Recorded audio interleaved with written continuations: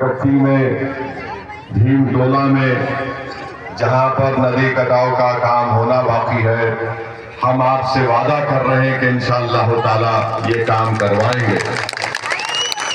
5 साल पहले आपने मजलिस वोट देकर कामयाब किया था, मगर बड़े अफसोस के साथ कहना पड़ता है कि जिसको आपने कामयाब किया उसको तेजस्वी यादव ने खरीद लिया और उसको इस्तेमाल किया, और जब चुनाव आया तो उसको चाय में से जैसा कोई मक्खी निकाल कर फेंक देते, उस तरह अंजर नईमी को निकाल कर फेंक दिया। आप समझिए हमारी बात को, जितना सीमांचल का दुश्मन है, जितना आपका दुश्मन है, जितना आपके गरीबी को रखने का दुश्मन है, वो ये नहीं चाहता कि सीमांचल से सीमांचल की ताकतवर सियासी आवाज उठे। इसीलिए इनको अंजर नईमी से मोहब्बत नहीं थी, इनको दुश्मनी थी तो बहादुरगंज के गयूर अवाम से दुश्मनी थी। इनको अंजर नईमी से मोहब्बत नहीं थी, इनको दुश्मनी थी कि आखिर ये कौन है बहादुरगंज की जनता जिन्होंने अपनी आवाज को, अपने इत्तेहाद को मजबूत करते हुए अपने मुकद्दर के खुद फैसले करने का इरादा कर लिया, और इसीलिए उन्होंने मजलिस के मेले को तोड़ा। और आज आप देखते हैं कि उनका क्या हाल करके रख दिया।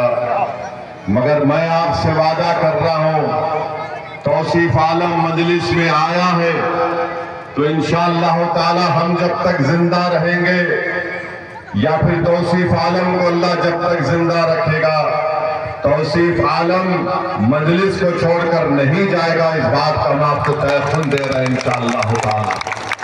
हमने तौसीफ भाई से कहा कि तौसीफ भाई, अगर हमको पहले दुनिया से जाना पड़ा तो आप हमको अपने कंधे पर रखकर कब्रिस्तान लेकर जाएंगे, मगर मजलिस को आप कभी नहीं छोड़ेंगे। तौसीफ आलम ने हमसे वादा किया है। अब हम आपको बता रहे हैं कि चाहे मोदी हो, नीतीश कुमार हो, तेजस्वी हो, या चिराग पासवान हो, या कुशवाहा साहब हो, ये सब हर समुदाय की सियासी लीडरशिप को कबूल करते हैं, मगर एक समुदाय की सियासी लीडरशिप को बर्दाश्त नहीं करते, वो है अल्पसंख्यक समाज, और खास तौर से सीमांचल के गरीबों की आवाज, गरीबों की दिलों की धड़कन मजलिस इत्तेहादुल मुस्लिमीन जो बन चुकी है।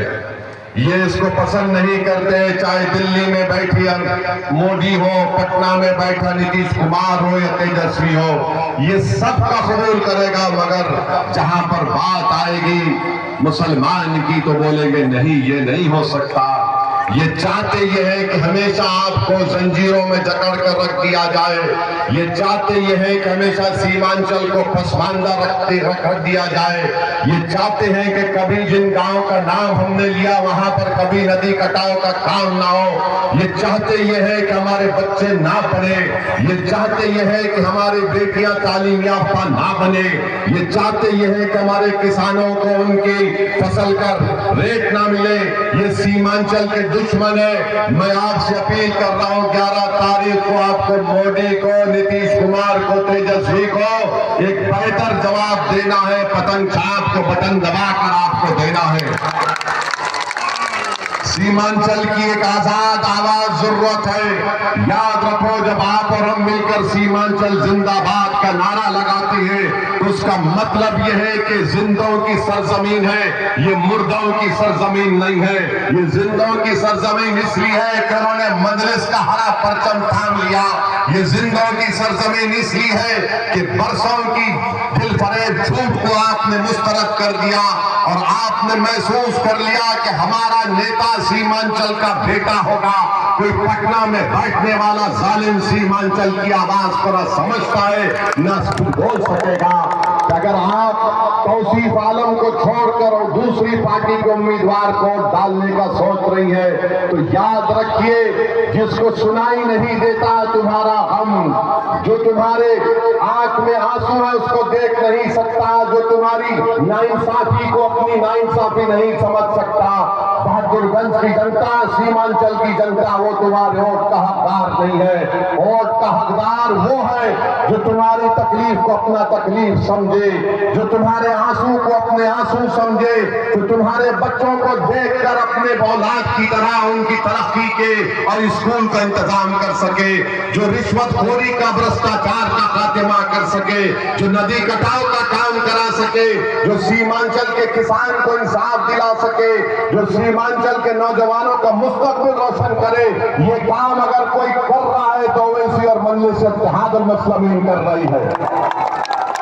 मोदी सीमांचल को आकर घुसपैठिया बोलता है। बताओ क्या आप बांग्लादेशी हैं? क्या आप नेपाली हैं? जोर से बोलिए, आप हैं क्या? हमारी माँ और बहनें, आप भी हाथ उठाकर बोलिए, क्या कोई बांग्लादेशी नेपाली है बहादुरगंज में? ये मोदी कहता है। और तेजस्वी क्या कहता है हमको? ये चरमपंथी है ओवैसी। यानी मोदी, तेजस्वी का बड़ा भाई मोदी हमको घुसपैठी बोलता है, तेजस्वी हमको कहता है चरमपंथी है।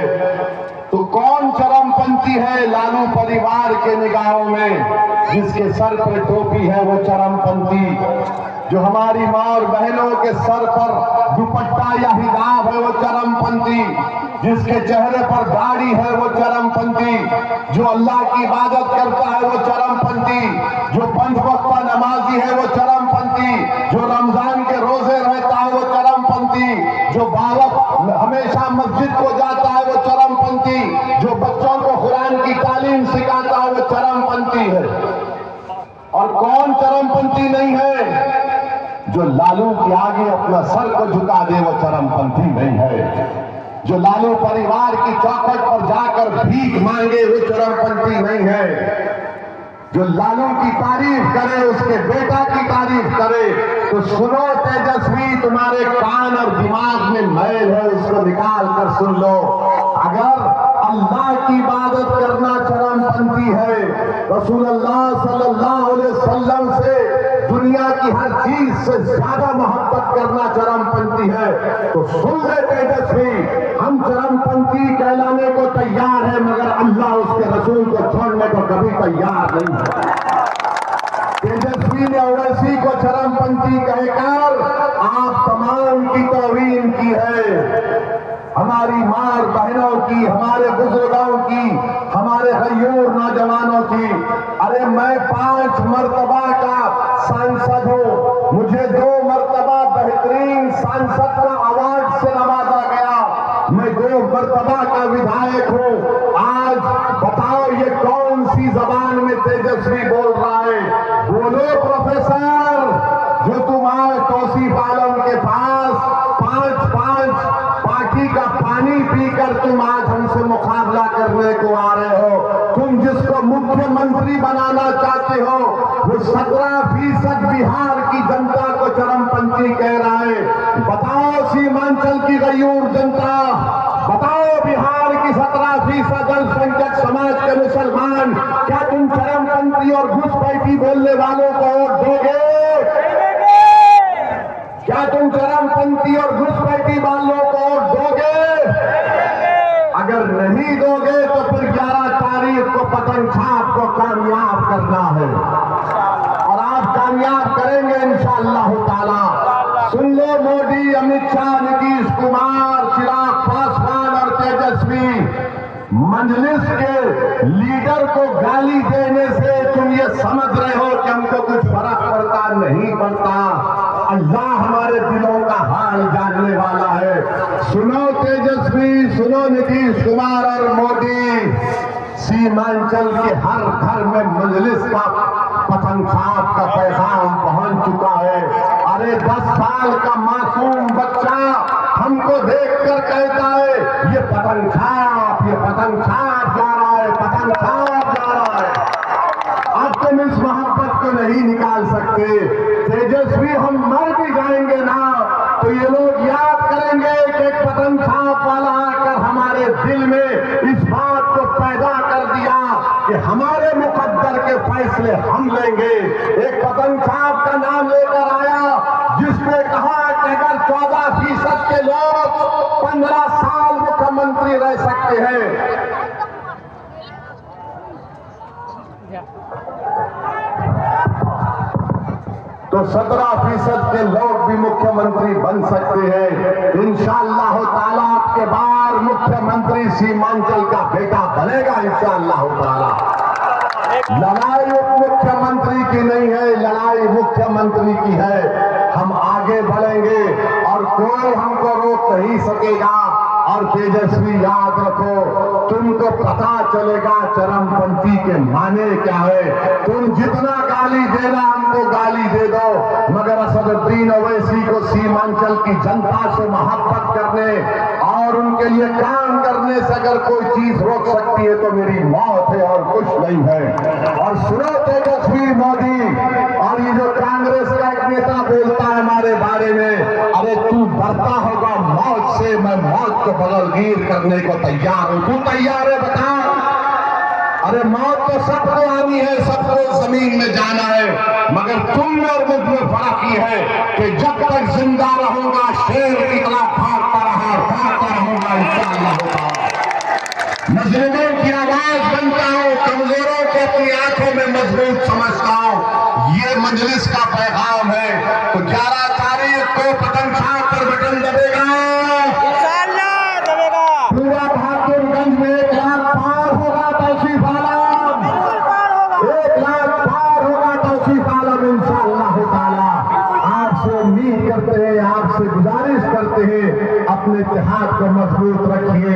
बहादुरगंज की जनता, सीमांचल की जनता, एक एक और जो पतन छाप पर पड़ेगा वो हमारे हौसलों को बुलंद करेगा। वो जवाब होगा तेजस्वी को, वो जवाब होगा मोदी को। अपने इत्तेहाद को मजबूत करिए।